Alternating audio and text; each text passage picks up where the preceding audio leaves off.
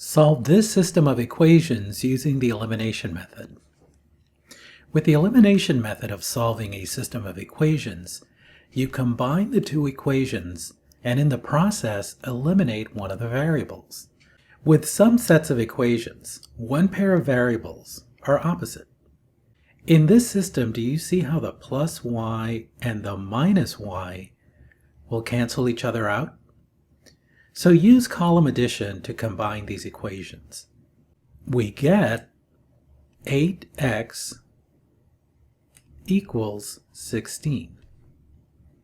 Simplifying, we get x is equal to 2.